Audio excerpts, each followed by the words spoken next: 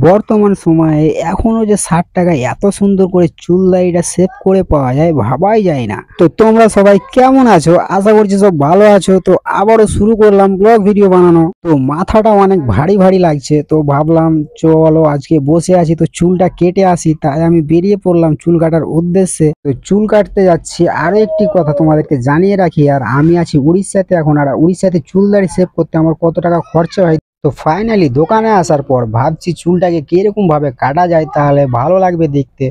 তো দেখা যাক কিরকম ভাবে কাটি, তো তোমরা গেস করো। তো চুল দাড়িটা কাটার পরে দেখতেই পাচ্ছ আমাকে এরকম লাগছে ফাইনাল লুক। আর এরকম ভাবে কাটলাম, তো কেমন হয়েছে চুল কাটিংটা আমার অবশ্যই তোমরা কমেন্টে জানাবে। তো আমি এখন যাচ্ছি ঘরের দিকে।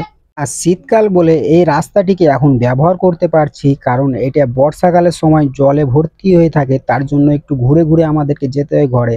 আর এইটা রাস্তাটা আছে মাঠের মধ্যে দিয়ে, তাই একটু আমাদের ঘরটা যেতে সুবিধা হয়, তাই আমি এই রাস্তাটাকে চয়েস করে নিলাম আর এইখান দিয়ে আসছি। আর ওইখানে যে টিনের ঘরটা দেখতে পাচ্ছ ওইখানটা হচ্ছে মূলত আমাদের ঘর, আর ওই ঘরেই আমরা থাকি।